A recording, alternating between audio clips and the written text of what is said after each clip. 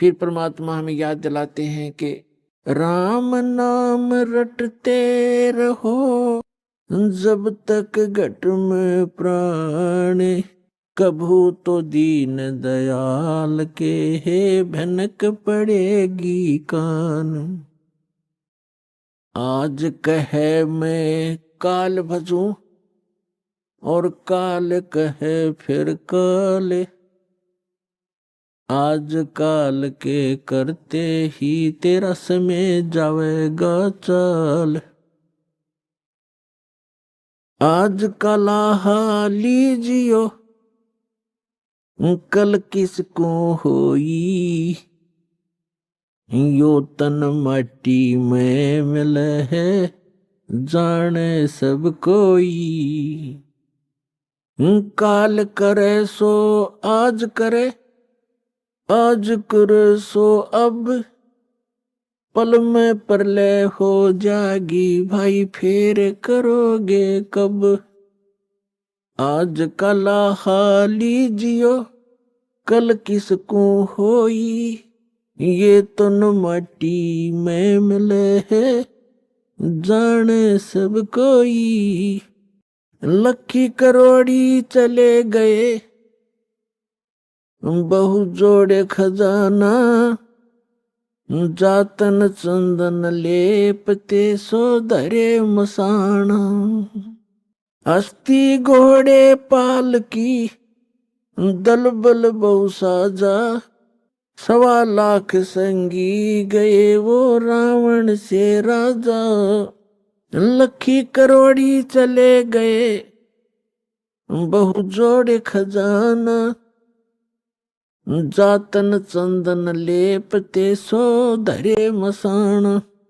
हस्ती घोड़े पाल की दुलबुल बहु साजा, 1.25 लाख संगी गए वो रावण से राजा।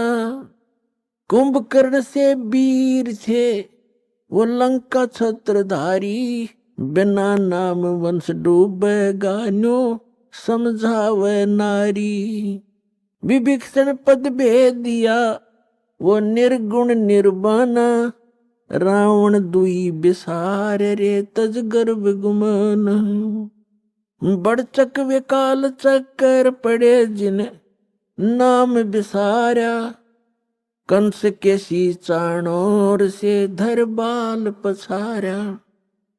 हिरणा कुछ समझा नहीं प्रहलाद पढ़ावे, उदर विनाशा आन के तब कौन छुटावे। जरासंध से मारिया और सैसरा बाहू, ग्रह से गज छुटाई या निज नाम है साहू। दुशासन पर ले गए वो 71 भाई, दुर्योधन की देह को तन गीद ना खाई। सूक्ष्म रूप धरकर किन्नी कबीर सहाय, श्री कृष्ण को तो महिमा केवल दीनी है सतवाय। मोक्ष मुक्ति सतनाम से भजली जो सोई, अगम दीप सतलोक में तब बासा होई। 88 दीप में उत्पत्ति की खानी, दास गरीब सत भक्ति मिले तब स्थिर होत प्राणी। पुण्यात्मा धन्य आपके माता पिता जिनसे जन्म हुआ, क्योंकि अच्छी संतान अच्छे ही माता पिता को प्राप्त होती है। अच्छी संतान वही है जो भगवान से डरने वाले, परमात्मा की तरफ में भटकने वाले और बुराई से डरने वाले होते हैं, वही अच्छी संतान होती है। और वो अच्छे माता पिता से उनका जन्म हुआ करता है। तो ऐसे संस्कार आपको जो प्राप्त हैं, ये बहुत ही कम चांस है इस मानव जीवन में। आप बालक को आपको ज्ञान नहीं, ये दास इस मार्ग का मास्टर बना दिया कबीर भगवान ने।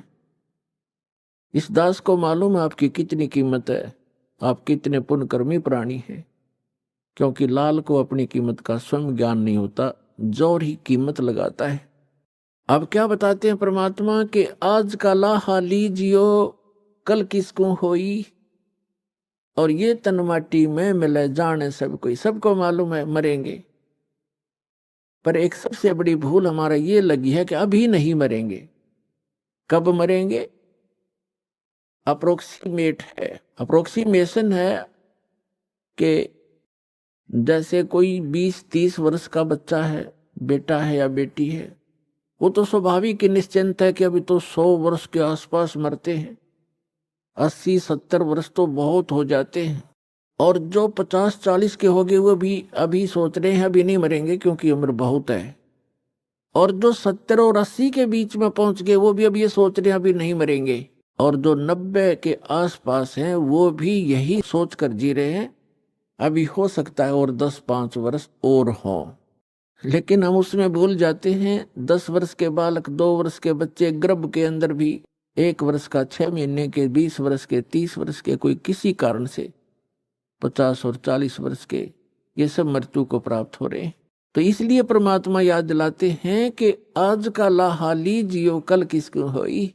जो अपना धन इकट्ठा कर लोगे, भक्ति कर लोगे, दान धर्म कर लोगे, वो आपका होगा। बाकी ये रेस्टोरेंट है, आपने सब कुछ बना बनू कर यहीं छोड़ जाना, आप साथ नहीं ले जा सकते। तो क्या ले जाना है हमने? जैसे हम विदेश गए हैं, स्वदेश आना है, तो हम विदेश की करेंसी यहाँ ले भी आएंगे तो वो काम नहीं करेगी, उसको हमने चेंज कराना पड़ेगा। उस करेंसी को हमने अपने स्वदेश वाली करेंसी में चेंज कराना पड़ेगा, तब वो हमारा काम आओगी ना। तो कागज है, एक नए पैसे का भी नहीं है। इसलिए हम यहाँ विदेश में रह रहे हैं। ये काल का लोक, ये विदेश है। पृथ्वी उसका एक शहर समझो, 21 ब्रह्मांड है उसका पूरा राज्य, साम्राज्य है। हम सतलोक से यहाँ आ गए हैं, वापस जाने की अब तैयारी कर रहे हैं, तो हम यहाँ की कोई वस्तु नहीं ले जा सकते। इसके लिए हमने करेंसी चेंज करानी पड़ेगी। वो करेंसी कैसे चेंज होएगी? जैसे आप दान करोगे, वो दान फिर पैसा जो है वो दान में बदल जाएगा, और दान से फिर धर्म बनेगा, और धर्म बनकर आपकी किस्मत में लिखा जाएगा। उतना ही अकाउंट आपको उस अपने स्वदेश में मिलेगा। ये आपकी करेंसी चेंज करानी है। तो इसको जितना आप करा पाओगे वो आपका, और जो करेंसी चेंज नहीं करा पाए वो इस काल की यहीं छोड़ के आनी पड़ेगी आपको। इसके लिए क्या बताते हैं कि अस्थि घोड़े पाल की दल बल बहु साजा, लखी करोड़ी चले गए बहु जोड़ खजाना, और जातन चंदन लेपते सो धरे मसाना। राजा लोग, सेठ लोग, साहूकार होते थे। जितना व्यक्ति धनी हो जाएगा उतना ही वो कृत घनी बन जाता है। ये माया का गुण है। राजा लोग क्या करते थे, सारे शरीर पर, जैसे आजकल तो एसी चल पड़े, कूलर कालर हो गए, राजा लोग क्या करते थे, चंदन को घिसवाते थे, और गर्मियों के दिन में सारे शरीर पर चंदन लगा लिया करते थे, और शीतलता प्राप्त करते थे उससे। चंदन जो है बहुत शीतल होता, ठंडा तासीर होती है। इसी प्रकार सेठ और साहूकार।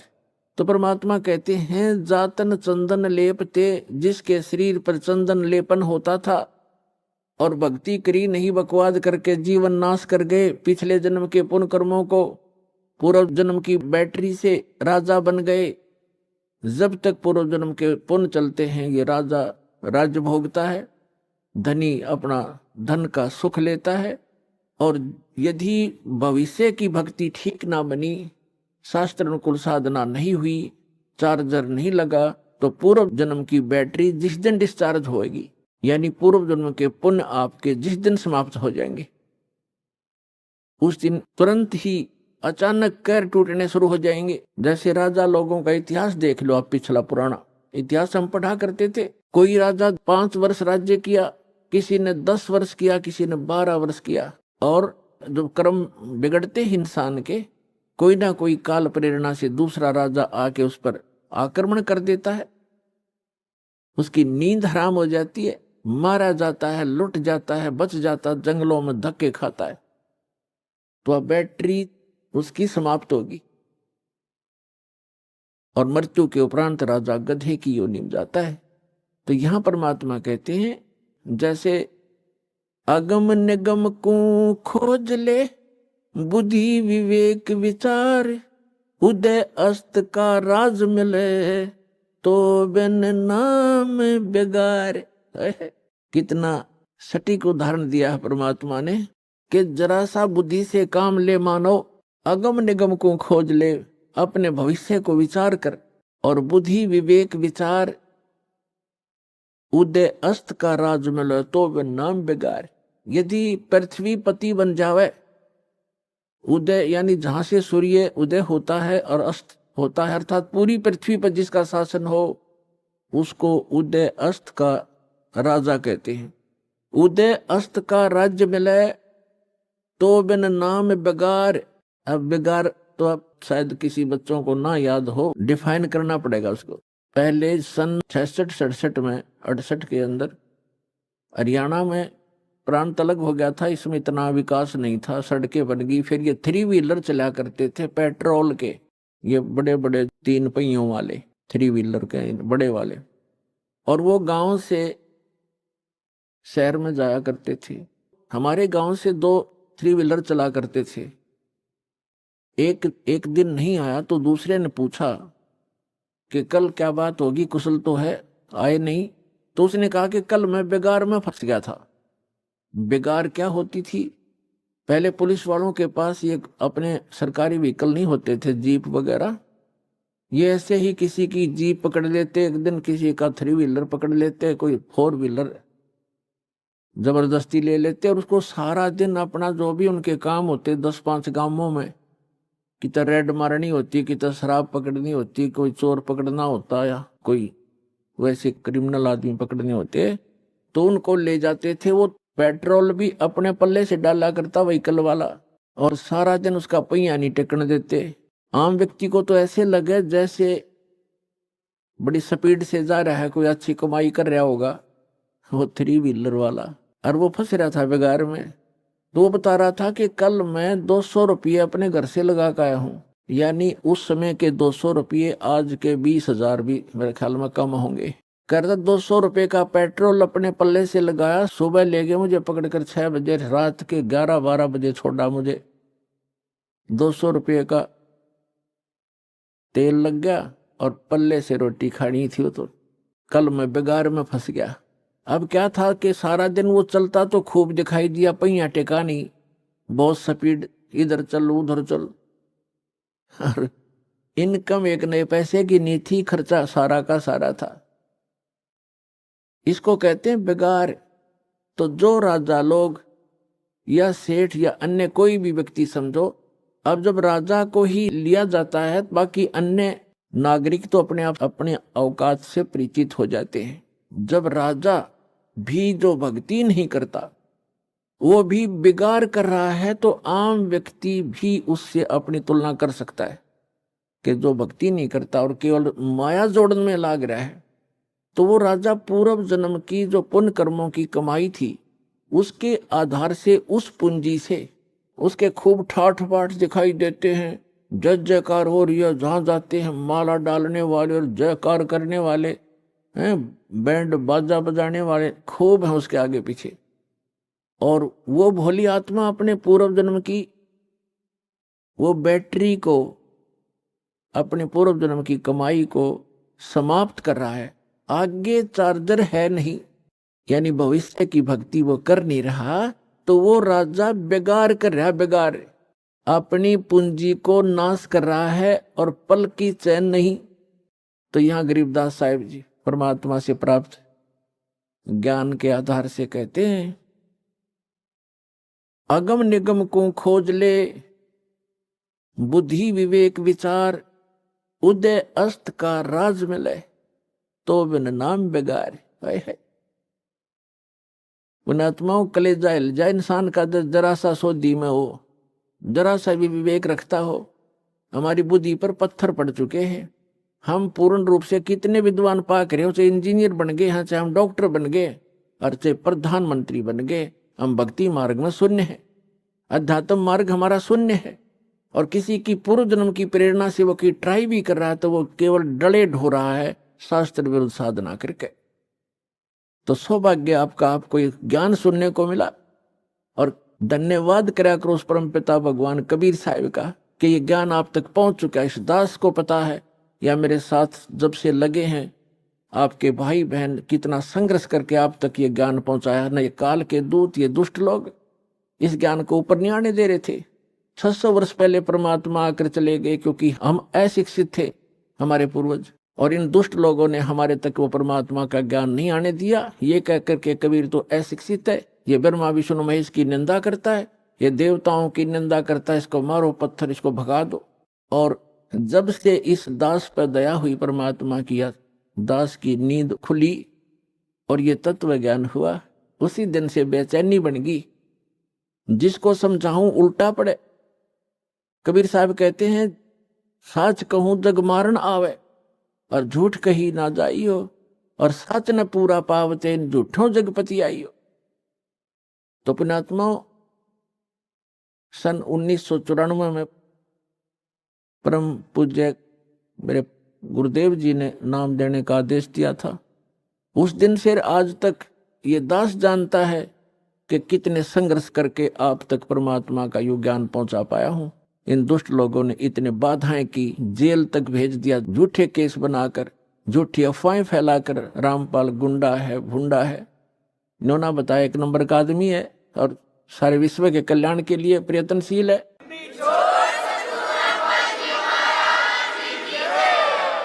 तो पुण्यात्माओं, आप सभी का कर्तव्य बनता है अपने बहन भाइयों तक ये ज्ञान पहुंचाने का। इस मार्ग के अंदर सबसे पहला आपको सहनशील बनना पड़ेगा, क्योंकि ये ऐसा ज्ञान है जो भी सुनता एक बार उसमें तूफान आता ही आता है। जैसे आप अपने छोटे भाई बहन को या बच्चे को कोई मेडिसिन खिलाते हो और उसकी जीभ पर रखते वो थूक भी देता है और रोता भी है, और कई बार तो अपने माथ पे चाहे कपड़े भी पकड़ लेता है, मेरा मुंह खराब हो गया, कोई बात नहीं, तो अपना ही तो है जो ऐसा कुछ कर रहा है, विरोध वो अपना ही था, उसी के लिए आप प्रयत्न कर रहे हो, उनकी जीवन रक्षा के लिए।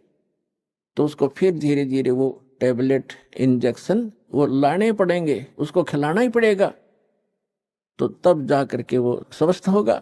तो इसलिए प्रत्येक का कर्तव्य बनता है परमात्मा के इस मार्ग में सहयोग देने का। हम भक्त हैं, भक्त का लड़ाई करना फर्क नहीं होता। परमात्मा खुद आए थे और उनके साथ कितनी बदतमीजियां की थी, उस परमेश्वर कबीर जी ने किसी को बद्दुआ भी नहीं दी, ऐसे बदसलूकी थे। अब कभी बताया करेंगे, क्योंकि पहले तो आपको ये ज्ञान समझाते हैं, वेद पुराण गीता से आपको परिचित कराते हैं, ताकि फिर आपकी बुद्धि ये स्वीकार कर ले वह कि कबीर इज गॉड। जिस दिन आपको यह समझ में आ जाएगा कबीर इज गॉड, वो धानक रूप रहा करतार, काशी वाला धानक, ये समर्थ शक्ति है तो है ही, लेकिन हमारी समझ में जिस दिन आ जाएगा, फिर उसके बाद परमात्मा की केवल वो महिमा सुनाया करेंगे। परमात्मा की अमर वाणी से आपकी आत्मा विभोर हो जाया करेगी, आंखों से आंसू पड़ा करेंगे। इतना कुछ तंग किया मालिक को, उनकी कथा कभी सुनते हैं, पढ़ते हैं तो आंखों से आंसू नहीं रुक से, कलेजा फटने को हो जाता है। और सबसे बड़ी बात ये देखिए, परमात्मा ने किसी को बद्दुआ तक नहीं दी, नहीं तो वो समर्थ हैं 1 सेकंड में पृथ्वी को नाश कर दें, दूसरी सेकंड में एज इट इज धर दें। ये इतने सक्षम है कबीर भगवान।